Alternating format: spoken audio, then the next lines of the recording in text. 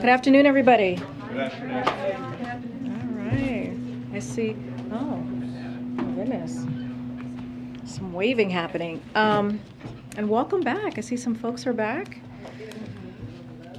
All right. And happy Monday, everyone. So joining me today is NSC Coordinator for Strategic Communications, John Kirby. We know there's a lot moving today, so Kirby will provide updates on security assistance for Ukraine, the grain exports coming out of Odessa, and other foreign policy news of the day. He'll be with us for about 15 minutes or so, and then we'll end his portion and then get to the other parts of the briefing, and I'll take some questions after that. Everybody okay? Everybody settled back there? All right. Kirby, it's all yours. All right, good afternoon, everybody. Just a few things at the top. Today, I think you're tracking the first ship successfully left the port of Odessa in Ukraine under this recent deal between the United Nations, Turkey, Ukraine, and Russia. We obviously welcome this important step, and we hope to see more ships depart in the coming days to travel onward to world markets with agricultural products such as grain, wheat, sunflower, oil, and corn. The ship left today had something like 26,000 tons of corn. Russia has, of course, weaponized food and has effectively blockaded Ukraine's ports since the beginning of this crisis. And we urge Russia to meet its commitments under this new arrangement, including by facilitating unimpeded exports of agricultural products from Black Sea ports in order to ease the food insecurity around the world. So we're going to be watching it closely. Also on Ukraine today, National Security Advisor Jake Sullivan, the Secretary of State Tony Blinken, and the Chairman of the Joint Chiefs of Staff, General Mark Milley, spoke together with their Ukrainian counterparts about the enduring U.S. support to Ukraine as the Ukrainian people continue to stand up to Russian aggression, and to inform them about a new $550 million security assistance package that the Biden administration will authorize today. This follows Secretary Austin's call with his Ukrainian counterpart on Friday, where he previewed that package. Today's announcement is going to include more ammunition for the High Mobility Advanced Rocket Systems, otherwise known as HIMARS. I know you all are familiar with that, as well as ammunition for the 155 millimeter artillery systems, which have already been supplied to Ukraine and are in the field.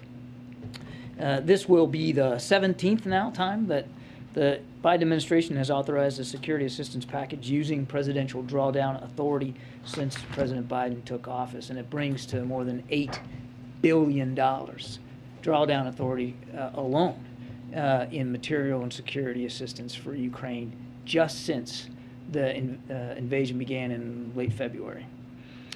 Now on Taiwan, because I know that's on everybody's mind today. I want to reaffirm that the Speaker has not confirmed any travel plans, and it is for the Speaker to do so and her staff. So we won't be commenting or speculating about the stops on her trip. We have been clear from the very beginning that she will make her own decisions and that Congress is an independent branch of government. Our Constitution embeds a separation of powers. This is well known to the PRC, given our more than 4 decades of diplomatic relations. The Speaker has the right to visit Taiwan, and the Speaker of the House has visited Taiwan before without incident, as have many members of Congress, including this year. The world has seen the United States government be very clear that nothing has changed about our One China policy, which is, of course, guided by the Taiwan Relations Act, the 3 joint U.S. PRC communiques, and the 6 assurances. We have said, and we have repeatedly said, that we oppose any unilateral changes to the status quo from either side. We have said that we do not support Taiwan independence, and we have said that we expect cross-strait differences to be resolved by peaceful means. We have communicated this directly to the PRC at the highest levels, including as recently as last week in the phone call between President Biden and President Xi. The National Security Advisor, the Secretaries of State and Defense, the Chairman of the Joint Chiefs of Staff have also made this very clear to Beijing in a half a dozen recent high-level conversations. Put simply, there is no reason for Beijing to turn a potential visit consistent with long-standing U.S. policy into some sort of crisis or conflict, or use it as a pretext to increase aggressive military activity in or around the Taiwan Strait. And yet, over the weekend, even before Speaker Pelosi arrived in the region, China conducted a live fire exercise. China appears to be positioning itself to potentially take further steps in the coming days and perhaps over longer time horizons.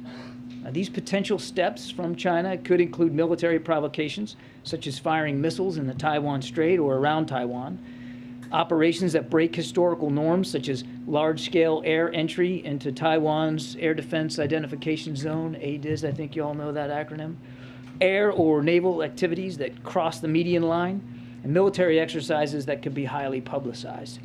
This could also include actions in the diplomatic and economic space, such as further spurious legal claims by Beijing's public assertions last month, like Beijing's public assertions last month that the Taiwan Strait is not an international waterway.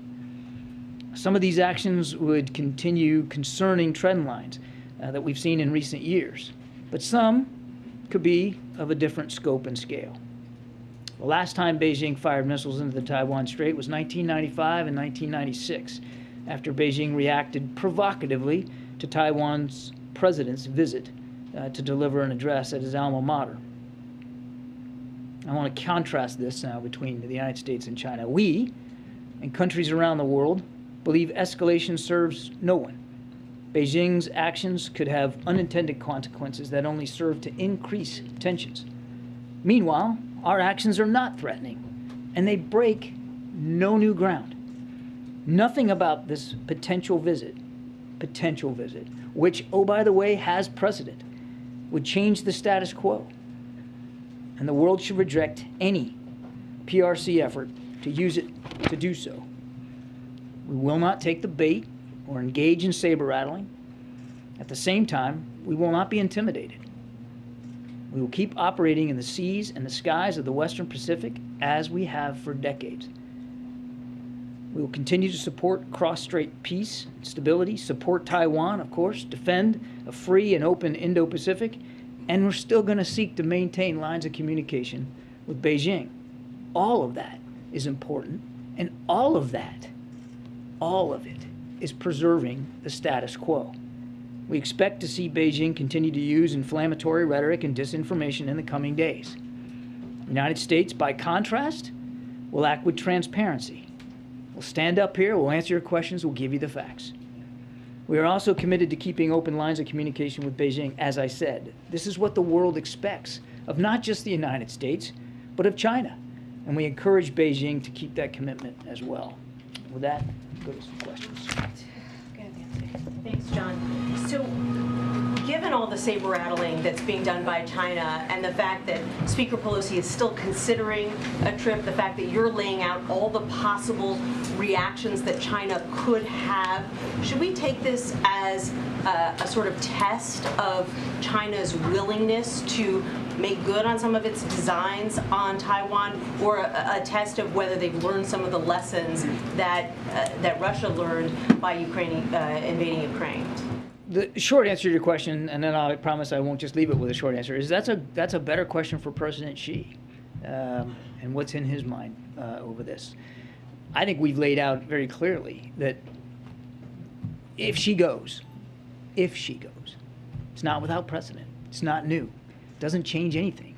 I mean, what we would hope they infer from everything we've done and everything we've said, including during the president's phone call, is that we're being consistent. There's no change. We've not ramped up the rhetoric. We've not changed our behavior. Everything we've done is consistent with our obligations and our commitments.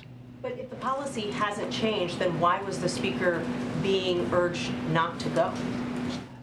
I don't know that she was urged not to go. Who urged her not to go? The president said on August 20th that the military doesn't think it's a good idea for her to go. The speaker makes her own decisions. What we did was provide her context, analysis, facts, information, so that she could make the best decision possible for every stop, for every overseas travel. And again, I'm not going to get ahead of her or her staff here with respect to the rest of this trip.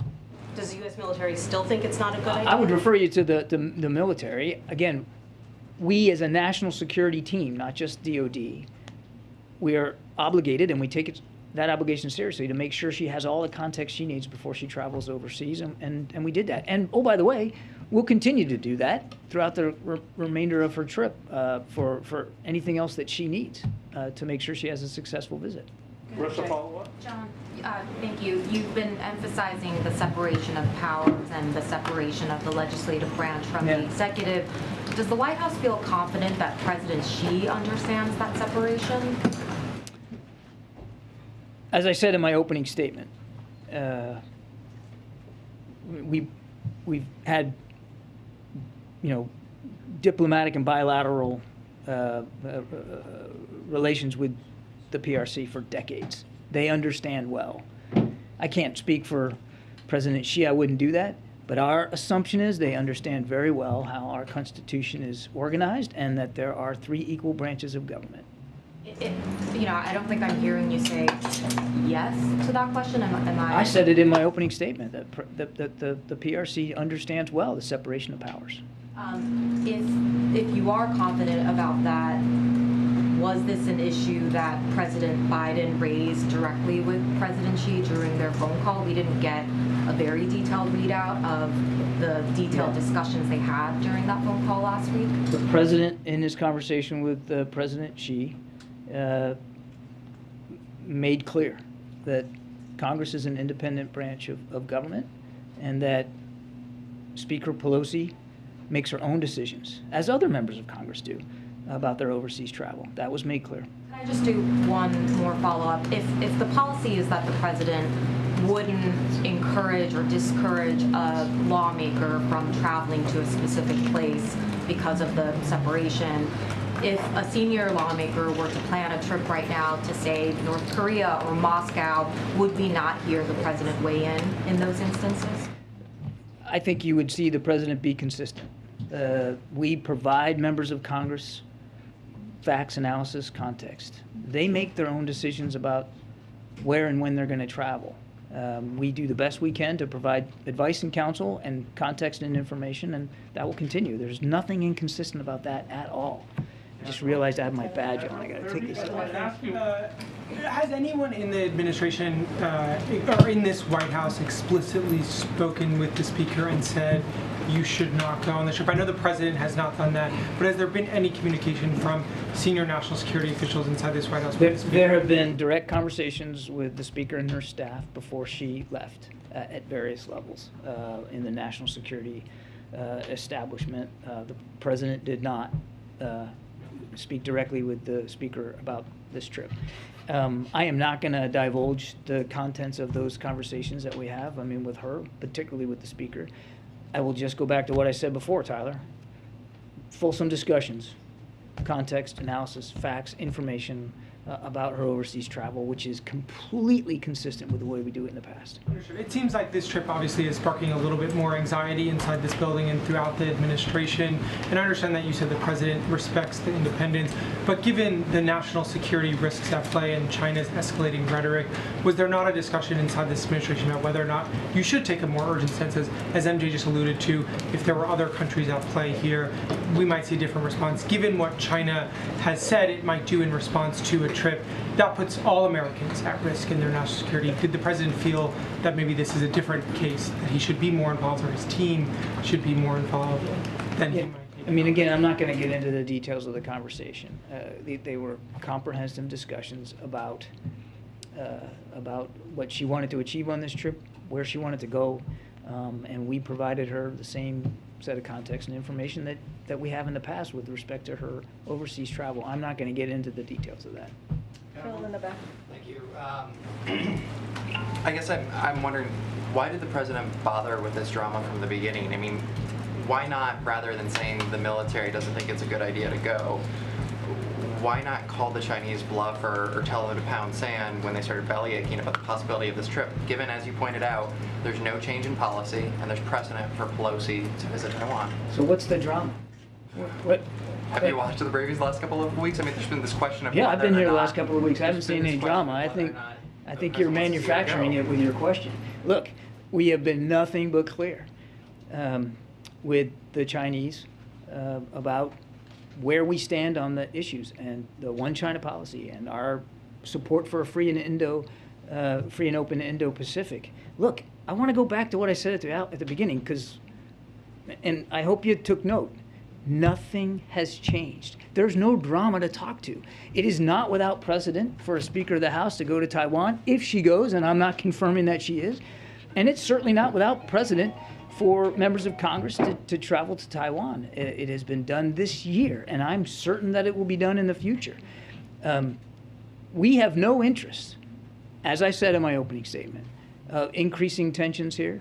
We have no interest in changing any of the approach that we take as a government, or in keeping with our allies and partners, to wanting to see cross-strait tensions be resolved peacefully without a unilateral change. So I don't know about the drama that you're claiming exists. It's quite the contrary here. And the point that we have made, I made it again today, and President Biden made it with President Xi, is everything here is consistent. There's no reason to use a potential visit to justify or to spark some sort of crisis or conflict. We certainly have no interest in that, and there's no justification to use a potential visit as a pretext to conduct what could be escalatory measures, such as the ones I detailed in the opening statement. Hi, John. You keep saying that the speaker has the right to make her own decision, and another speaker visited before, which I believe you talked about Gingrich when he visited in 1997.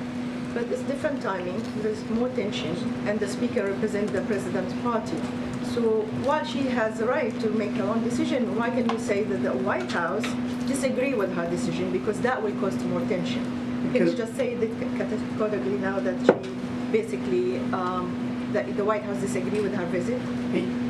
I'm sorry, but you're asking me why I can't just say we disagree with the visit? Correct, because it might, for all the conversation we're just having now, it would cause more tension. All right, so two things. One, there's been no discussion by the speaker about what's next on her trip. So you're asking me a question as if she's already somehow confirmed that she's going to Taiwan. I haven't seen any such confirmation. And again, I would point you to the speaker and her staff to talk about her itinerary. And number two, again, our responsibility is to make sure that she and her team have all the information they need. And we keep that line of communication throughout a trip, as we should. Of course, it's a requirement. But the speaker and her staff, who advises her, they make the decision. So you guys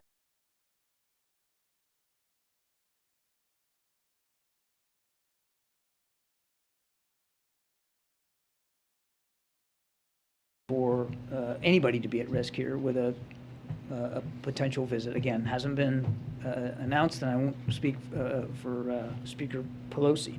But there's certainly no reason for this to come to blows. There's certainly no reason for this to escalate. And as for the potential risks, I think that is a better question put to the PRC and to the PLA Army and Navy and the Air Force. We're going to watch this very, very closely. We're going to make sure that she has a safe and secure visit, because that's our responsibility. And we urge, as I said at the outset, we urge China to, if she goes, to see this for exactly what it is. Nothing new, no change to our policy, and certainly not an unprecedented visit by the Speaker of the House. You also said the U.S. will not be intimidated. Do you feel that using language like that right now will be viewed by China in a way that you are also raising rhetoric the way they have? You said it right at the top, like that they have. They have been out there in recent days with some irresponsible rhetoric. We feel it's important for everybody in the region to understand how seriously we take our security commitments in the Indo-Pacific, and that's why we put it that way. There's no reason, Jeff, for this to honestly, there's just no reason for this to escalate. In fact, there's every reason, given our national security interests, as well as the interests of our allies and partners that that are at stake in the Indo-Pacific on any given day, there's every reason for this to not escalate, and for the lines of communication to remain open between Washington and Beijing, and that's what we'd like to see happen. One on Iran. Yeah, thanks, John. Does the White House currently know whether Speaker Pelosi is planning to go to Taiwan? I realize she's not announced anything publicly. You've also said White House officials have been talking to the Speaker's staff. So does the White House currently have knowledge whether she is planning to go to Taiwan? I am not going to talk about the Speaker's itinerary. I'm just not going to do that. And Jeff, I want to go back to one other thing, if I may, because it was in my mind and I flew out of my mind as I was answering your question. Is when you talk about or you threaten these kinds of potential operations, military operations and exercises and missile launches that I talked about, I mean, what that does is it does increase the risk of miscalculation, as I said, and which could lead to unintended consequences. And that's really the risk. You asked specifically, are they at risk?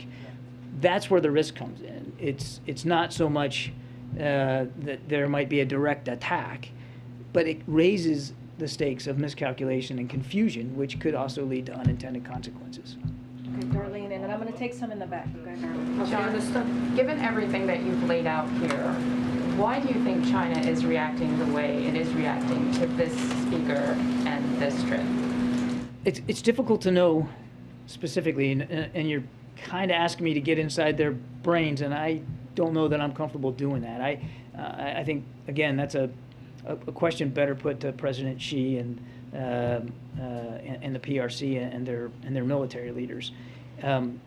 There has been, you've heard Chairman Milley talk about this even before we were talking about a potential visit by the Speaker, of increasing aggressiveness by PLA military forces in the region alone. Violations in air and sea space across the strait, more aggressive and proximate military exercises, and of course in their rhetoric. I mean, this has been going on now for months, and if you really want to, you can go back years in terms of Chinese coercion and intimidation tactics, even just in the military environment in the South China Sea, East China Sea. So, been building. I can't account for why they have answered just the possibility of this visit in the manner in which they've done. I can only account for President Biden and for this administration and for how we are trying to manage tensions and, quite frankly, manage this one of the most consequential bilateral relationships in the world. And that is by making it clear what we're seeing, sharing it with you, making it clear that there's no reason, for whatever the reason is, there's no reason that it should spark some kind of conflict or that it should precipitate increased tensions or serve as some sort of pretext for some sort of what they would consider a reaction. If the Speaker goes completely consistent with what's been done in the past, and certainly not at all a statement about any change to American policy with respect to one China and to cross-strait tensions, and quite frankly to our obligations under the law to continue to support Taiwan's self-defense. Okay, And if she does go to Taiwan, how will the White House find out about it? Will she call someone in the NatSec team? Will you see it on television? How will you know? Well, look, the Speaker's flying aboard a military aircraft, so we'll know. All right, we're just going to do two in the back, and then we got to wrap it up. Go ahead, SV, all the way in the back. Yep. Admiral, you talk about the separation of the Congress and the White House and the executive branch, but when she takes a military aircraft, how then do you, which is under the control of the president, how do you make the case that, well, we had nothing to do with this at all? I didn't say we had nothing to do with this at all. No, we've never said that at all. We, from the time she informed us that she was going to go overseas, we put the gears in motion like we always do, and that is to provide military transportation. Nothing new about that. Provide her team with information, context. You've heard me, you've heard Karine talk about that. Nothing new about that. I mean, it's not that we're not involved, but we don't make the decision for the Speaker. She makes her own decisions. We give her advice and counsel and context. She makes her own decisions. And the President, having long served in the Senate himself, he understands and respects the institutional prerogatives of members of Congress. All right, last question. All the way in the back with the glasses. Thanks, Karine. Oh, thanks, Karine. I have a quick question about the Iranian-American dissident journalist Marcy Alinejad. During an interview on CNN this morning, she called on the Biden administration to expel Iranian diplomats, contending the regime has now twice challenged the U.S. government on U.S. soil, alluding to the kidnap plot last year and then the arrest last week of a man near her home with a loaded rifle. Is that something that the White House is even considering, or if there are other diplomatic levers the president is prepared to pull? There's somewhat of a limit to what we can say on that, so let me just lay it out for you. The United States condemns the apparent attempt to harm leading Iranian activist and U.S. citizen Marcy Alinejad at her home in New York last week. We commend law enforcement's swift and effective response to this apparent threat to her. This is an open criminal investigation, and so I'm going to refer you to law enforcement for any further comment. While we wait to see the results of that investigation, we do want to reaffirm that it is a first priority for the Biden administration to counter the threat posed by Iran, including against dissidents that are living in the United States and current and former U.S. government officials.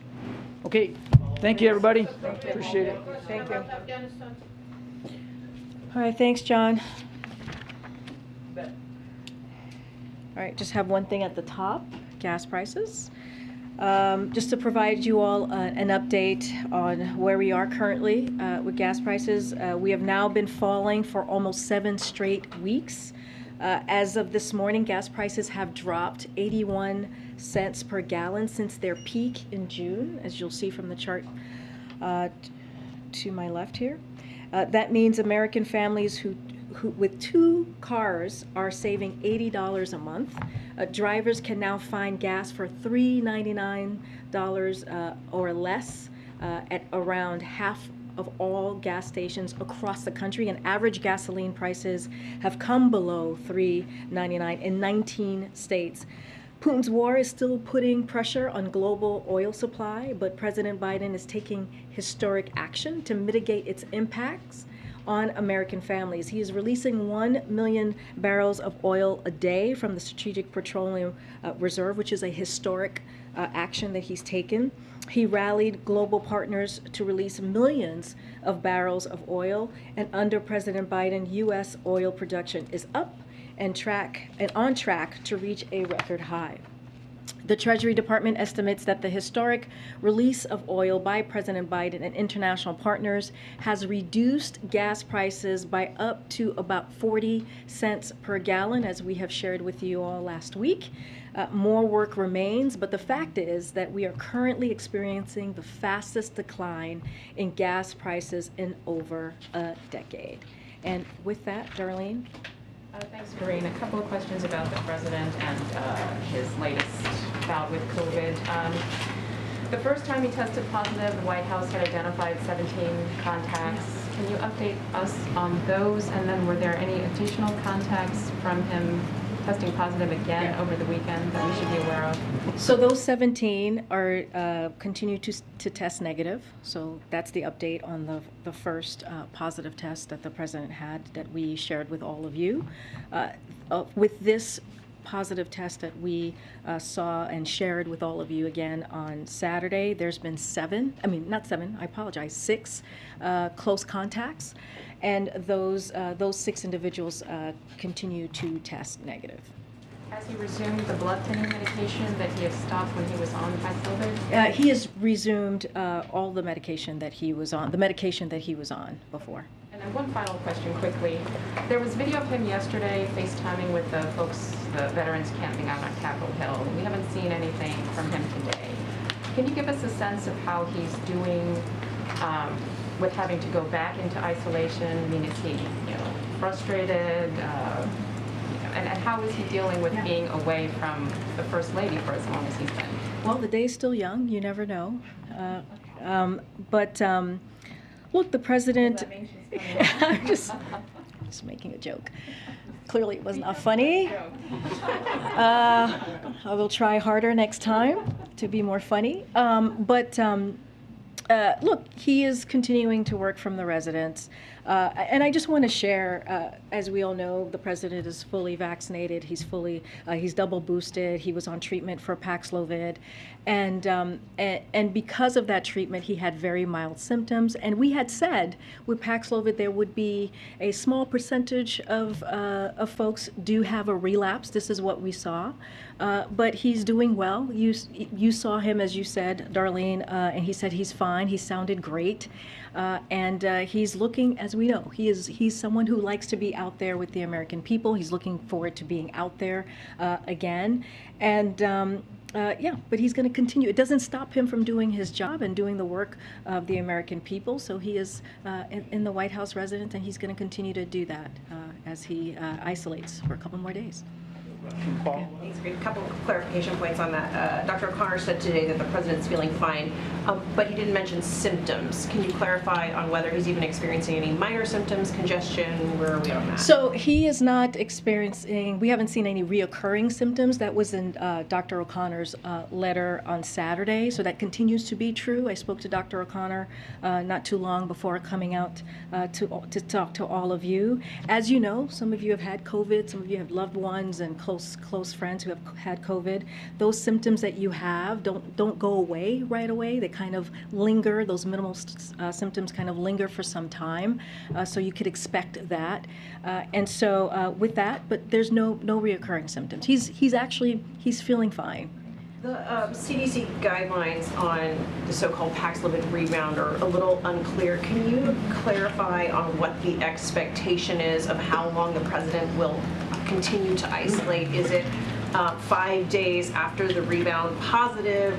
Are we looking at another sort of clear set the clock and 10 days out from the rebound positive? What's the guidance on that? So he's going to abide by CDC recommendations. So it would be 5 days as far as the isolation. From Thursday, from the rebound. The rebound, right, on Saturday, yes.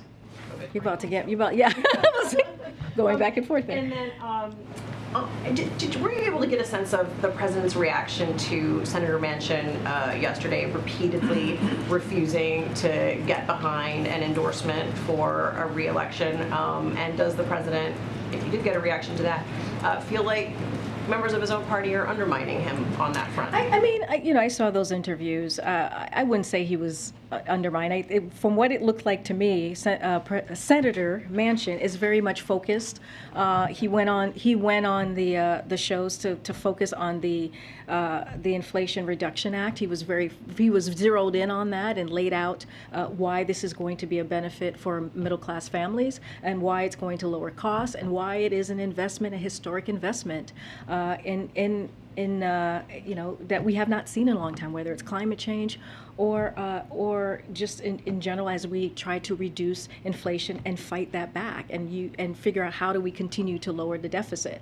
And so repeatedly asked whether he would support President Biden in a 2024 re-election, and he repeatedly refused to go there. So here's what I'll say about this. And we from the podium, I really cannot dive into any election, but I've been really clear, and the president's been asked this question many times, and he intends to run in 2024. He plans to run in 2024. That is way off. Like we are a long ways away from 2024. And here's the thing: our biggest thing right now is to not be distracted. You saw CHIPS pass last week, which is going to be a huge investment in manufacturing and really strengthening the supply chain. We were just talking about national security, so strengthen our national security, huge deal. And now we still have a few things ahead of us that's going to be really important to get that done for the American people. So we're going to stay focused, and so we're not going to be distracted, and that's how we see things at this time. Go ahead, Joe. Thanks, Karine. A follow-up on the COVID topic. Is it possible that the president, in his understandable desire to show that he was able to work through his first bout of COVID, pushed himself too hard. And that is partially what led to this coming again. I mean, any body, be it 79 or 46, has to rest when you get this. No. Just to answer that very. So look, we were transparent that we were aware that when it comes to Paxlovid, that there is a small chance, right? There's a small chance of relapse. It is not uncommon. It does happen. And here's the thing, the president, according to his doctor, had very mild symptoms. And so we don't think that he overexerted himself or was the wrong decision. It was because of how he was doing at the time. And so again, we were transparent about what we thought could potentially happen. And we also were transparent that if he were to test positive again, have that relapse, he would share it, which we did. And now he's feeling fine. He's doing well. He's doing the business of the American people in the White House residence, and he's looking forward to be out here again. And on one other topic, what's the next step from the White House's perspective on the Inflation Reduction Act? Have you had any signals from Senator Sinema as to whether or not she will support it? So I'm not going to get into details about any conversations that we're having with congressional members. I will say, and I've said this before, our White House staff, White House officials here continue to be in touch with folks in the House and offering any technical assistance, offering any guidance that folks might need there. So we'll continue to do that. And I'll leave it to Senator Manchin, who spoke to that and was asked many questions about Senator Sinema. So I'll leave it to him in that conversation as the negotiations are occurring. I wanted to ask about New York City declaring a public health emergency as it relates to monkeypox over the weekend. Does the administration generally support local municipalities taking this kind of action as they see fit, that these are their own decisions to make? We see that as their own decisions to make. Clearly, it's a local jurisdiction. It's for them to figure out what's going on in their own community. They know best of what's happening on the ground, so we leave that to them. I do want to add, so because we do have some news on the vaccinations that I've mentioned, the JNOS vaccination that was announced last week on Thursday. 737,000 vaccines are out. As I'm speaking in front of you right now, they're being shipped to areas that really need them. And so if you think about the 737,000 and the 300,000 plus that we have put out, that puts 1.1 million doses that's out in the United States. And so that matters. It's very important as we're trying to really have a aggressive approach to dealing with monkeypox on testing. And I don't know if folks had this, but we are doing testing about 80,000 tests per week, and that's another important, significant way of making sure that people are getting tested so they know if they have monkeypox or not. And lastly, and I've talked about this from here already, which is the education, which is the outreach, educating public health officials and activists out there, making sure that they know exactly what to look for and what the treatment is, and so that as well continues. Do you have any insight on the president's own thinking right now on the possibility of declaring a national public emergency on this? I know he'll obviously be advised by folks around him, including Secretary Becerra, but what does he think? So when it comes to a public health emergency, that is a decision that is made by Secretary Becerra. That is not made by the president. But as you know, we are considering every policy option to help end this outbreak. That is urgent and that is important to us. But again, that is up to Secretary Becerra to make that decision. Any general timeline? I would refer you to HHS on a specific timeline. I'm going to go ahead, Franco. I didn't call you before. Thanks so much. I'm just curious if there's any concern about the president's rebound case, concern that could set back any efforts to get people to take or for Paxlovid to be prescribed for severe cases? Oh, absolutely not. The way we see it is Paxlovid has over a 90% chance of preventing severe illness if it's taken early. And, you know, as we saw, the president had very mild symptoms because of Paxlovid, because he was fully vaccinated, because he was double boosted. And so we anticipated that. We had said there would be a minimal chance of him having a relapse. And so, you know, again, you know, the relapse truly is small, and the protection of Paxlovid easily outweighs that as we see it. And so, again, you know, we encourage Americans out there who haven't fully gotten vaccinated to do that, who haven't been boosted, to go ahead and get their booster. The treatment that the president received is the same treatment that others could receive as well, and that is because of the work that this administration, that this president has done from day one in walking into the White House. What about Russia banning that Jewish agency? Also, if I could ask, I know you're a little tired of asking about answering questions about 2024. Oh, I'm never tired. And Never President tired. Biden running, whether he will run. I was just, you know, with former President Trump talking about submitting his paperwork potentially before the midterms, when will President Biden file his paperwork? And wouldn't that help kind of nip some of these questions in the bud?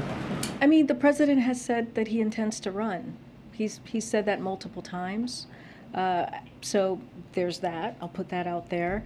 But again, we have some work to do in the next couple of days and weeks that we're going to focus on. We're not going to be distracted by what's happening with the former president. That is not our focus. Our focus right now is, you know, as we're talking about the Inflation Reduction Act, which is historic, as I just laid out, which is incredibly important as we talk about lowering cost, prescription drugs for our seniors, as we're talking about getting some of that energy, lowering costs on energy for families who are sitting around their kitchen table trying to figure out how are they going to pay for whatever item that is incredibly important to them. So this is what this is going to do, and so we're going to continue to talk about that. We see the Inflation Reduction Act as a down payment, as a promise that the president has made, and so we're going to continue to make sure we get that over the finish line. Just a question about the president's COVID case and guidelines. You outlined that he'll be in isolation for 5 days. How does that relate to potential travel? I know that even if you test negative, there are CDC guidelines that discourage you from traveling for a certain period of time. Does that clock start back at zero with the rebound case? So the travel is a little bit different because there are no CDC recommendations on regarding travel for rebound. So that does not exist in this for rebound cases. So as far as travel, I just don't have anything to share for you right now. But right now, CDC doesn't have any recommendations for a rebound on cases. So is the White House operating under the assumption that when and if the president tests negative, then he will both be cleared to return to work in the Oval Office and travel wherever? So we're going to do I just mentioned the isolation, 5 days. He's going to be testing regularly. One of the reasons that we were able to share with you that he tested positive is because we upped his testing cadence because of his unique role, right? As president, we wanted to make sure that we were keeping an eye on that, and so that's why we were able to share that testing, him testing positive on Saturday. So we'll continue to do that. But as far as travel, there's just no CDC recommendation. Once we have more, we will let you know. Right, but so I'm just wondering, is the White House plan that as soon as he tests negative, he can return to all activities? There's no that is our hope, that is our expectation, but we are going to follow, as I just mentioned, CDC guidance as it relates to isolation. And just one last one on the president's schedule. Last week, before he tested negative, you guys gave us a more fulsome readout of what he was doing, Yeah. what meetings he had. We've received nothing today. Can you give us some sort of, is he on the phone with lawmakers, with his economic team, his COVID team? What is the president doing? Again, the day is young. But so we, I know on Friday we provided his meetings, which included dealing with the awful flooding in Kentucky and helping provide federal resources, working with Governor Beshear and Senator McConnell, speaking with members of Congress and meeting with his senior staff. He will be doing a lot of that work virtually, as we have done in the past. And so, I mean, the work doesn't stop. He'll just continue to do that. Details on what he's done today. Well, he'll be meeting with senior staff for sure. That is something that's pretty regular on his schedule, so I can for sure share that with you. If there's anything else to read out, we'll share that with you. Go ahead.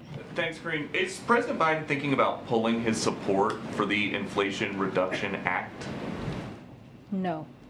Because he promised it wasn't going to raise taxes on anybody making less than $400,000 a year, but the Joint Committee on Taxation says that is not true.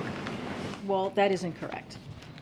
So the Joint Committee on Taxation, which you guys heralded as an effective body when you were selling the infrastructure package, is not to be trusted here.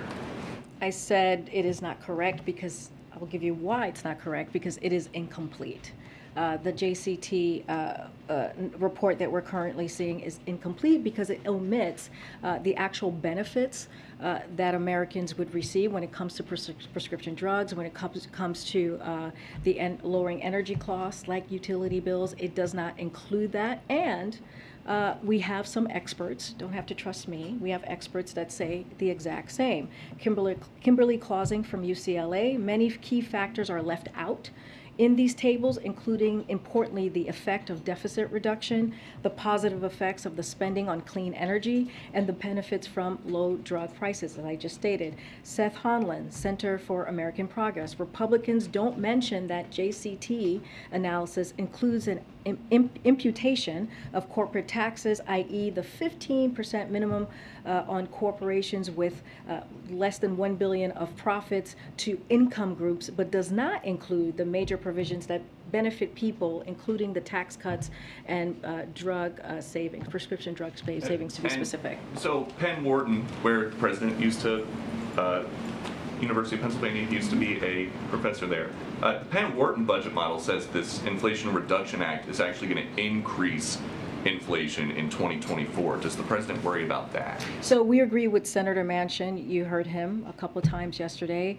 and disagree with Penn Wharton as do a number of qualified experts, which I'm happy to read out. But I do want to say that it is quite ironic that congressional Republicans are complaining or have a false outrage on this Inflation Reduction Act that is actually going to do something and help the American people lower cost when they have offered really nothing to do that. What they have offered is to increase taxes on Americans making less than $100,000 a year, and what they have introduced is actually sunsetting Medicare and sunsetting also Social Security after 5 years, and that's how they want to deal with how to help the American people. We are talking about doing the absolute complete opposite. And just one more. It's been 3 days now since a Chinese official publicly threatened to murder Speaker Pelosi. Where is the president coming out to respond to, at the very least, say, don't do that? Well, first, we've talked, Kirby was just here talking about how, I have not seen those reports, so I'm just going to say. They were going to maybe shoot down her plane, or that it would be within their rights to shoot down her plane. All right. Well, we have talked about that. We have said that there's no need for this type of saber rattling. It is unnecessary. The president has been very clear. There's been no change in the One China policy. We continue to support the Taiwan Relations Act. What we are seeing from what we're talking about right now, and to be clear, the Speaker has not confirmed, as you heard from my colleague just moments ago, that she is going to Taiwan. It has not been confirmed. The history of this, of congressional members going to Taiwan, is not uncommon. It is something that has happened in the past. And so, again, nothing has changed, and the president has made that very, very clear. Go ahead, Steve. Just two more bits of pushback on the Inflation Reduction Act. Sure. Right, farmers running ads in this town, and probably others, it says that the pay for when it comes to Medicare and allowing Medicare to negotiate some prescription drugs will result in money coming out of the Medicare system and research and development perhaps being crimped. There's also the National Association of Manufacturers, which says that the pay for the 15% minimum corporate tax is essentially a tax on domestic manufacturing because it would in some ways target the accelerated depreciation that many factory owners use to pay for equipment. Is the president confident that if passed and enacted, the bill will neither affect the Medicare program and the way the drugs are developed in this country, or his goal is to increase domestic manufacturing? So I'll say this, there are 55 companies, corporations in this country who make tens of billions of dollars who are paying zero, dollars when it comes to taxes. So this bill is going to fix that tax loophole and make the tax code fairer, and that matters. And when you think about what that's going to do, you think about that $300 billion that's going to go towards deficit, making sure that we continue to bring down the deficit, $1.7 trillion we saw from last year, add another $300 billion. That is going to save cost. That's going to save cost for the American people, and that is so critical, so important, especially as we're talking about inflation and high costs right now. And so as it relates to the Medicare, just want to say, like, the AARP, who you all know, an advocacy group for seniors, has endorsed this piece of legislation. While the limit of cost of medicines and cap out of pocket expenses to $2,000 a year for people on Medicare, it will limit that, which is so important for many seniors. This will also strengthen Medicare by reducing its expenses, which save taxpayers money and helps fight inflation. And so that is really important. These are the things, if you ask a family and you say to them, what are some of the costs that you want us to bring down? What are the things that really hit your pocketbook? They will say prescription drugs. Many will say one of those things are prescription drugs. And so this is a historic investment that's going to just be a game changer for families. That is incredibly important, and that's what the president cares about, and that's how the president wants to continue to support this legislation. Just one question about the president's COVID case. Given the importance of getting him back on a regular schedule, was there any discussion here about taking any additional steps to try to help him clear the virus faster, and putting him back on Paxlovid, giving him more fluids, letting him sleep more, anything like that? I don't have anything more than what his physician shared today, and also the last couple of days to all of you, how he's feeling. He's feeling very fine. He's doing great. We heard from him directly say that, and we expected with Paxlovid to be a relapse. It's not unusual. It's common. We shared that with all of you the last couple of days during his bout with COVID, and so again, this is not unusual. He's feeling fine. We will continue to share an update from his physician. You'll get one tomorrow, and so we're just going to continue with what the doctor lays out and take his word for it. When will the president sign the CHIPS bill? Is that something that he'll do while he's isolating? Is that something he's going to do when he can resume travel? Yeah, we will have something on that very, very soon. Don't have anything for you at this time. We will have something on that for you very Just soon. one more question. Has the U.S. received an official answer yet from Russia on its offer of a prisoner swap? So we've talked about this the last couple of days. Look, as you know, we want to see Brittany Griner home. We want to see Paul Whelan home. They are wrongfully detained. We have been very clear about that. We put forward a substantial offer, and we want to have a good faith conversation on that. We want to make sure that we get this done as soon as possible. What we have heard, as you've heard from my colleagues, is in bad faith. It is, and so, it's not a serious. There was a counter offer that was made, which we don't see it as a serious counter offer. Clearly, not going to negotiate from here. Not going to get into any specific details. But as you can see from the substantial offer, as you can hear from Secretary Blinken, and as you've heard from this president, president, we are taking this very seriously, and this is a top of mind for this president, and we want to see them come home. Karine, about Russia? One more on the president's case. You had referred to the physician letter that says no reemergence of symptoms, but you also said lingering symptoms. So help us square that so we understand. Yeah, well, no reoccurring symptoms, meaning like if you look at his original letter, there's nothing like severe, right? Because he feels fine, right? He feels good. But as we know, when all of us have had COVID, you do have a little bit of a lingering cough, right? You do have a little bit of maybe a lingering sniffles. That's not uncommon to have, and so that's what we are talking about. So he is not 100% symptom free. He just didn't have like a fever return or something like that. Is that fair? Well, he never had I want to be careful because we went into this about if he had a fever or not. He never had a fever, so I want to be really clear. It was elevated, but it was never a fever. And I don't want to put something But in remember, we had talked about a little fatigue. We had talked about aches. You know that there was a little bit of discomfort. So that has not occurred. But all of us have had COVID before, right? We've had, well, not all of us, many of us. I don't want to call everybody out. I could speak for myself. And there are some, you still have a dry cough. You still have, little sniffles that last for a little bit longer. And you've Are you saying he or you? Yeah, I'm trying to get a sense of. I am saying that all of us have had COVID, many of us have had COVID before, and they tend to be lingering symptoms, and that's what I'm talking about. So the president is still experiencing some things related to his COVID course of illness. Right, and also, as we know, you all have known him for some time and covered him, he tends to have a dry cough. That is not unusual. So that is what I'm talking about. He tends to have a dry cough, which you all have heard before. So just want to be clear on that too. He's working, he's calling and so forth, but to my knowledge, I don't believe you've talked about him getting extra rest or taking time away from work.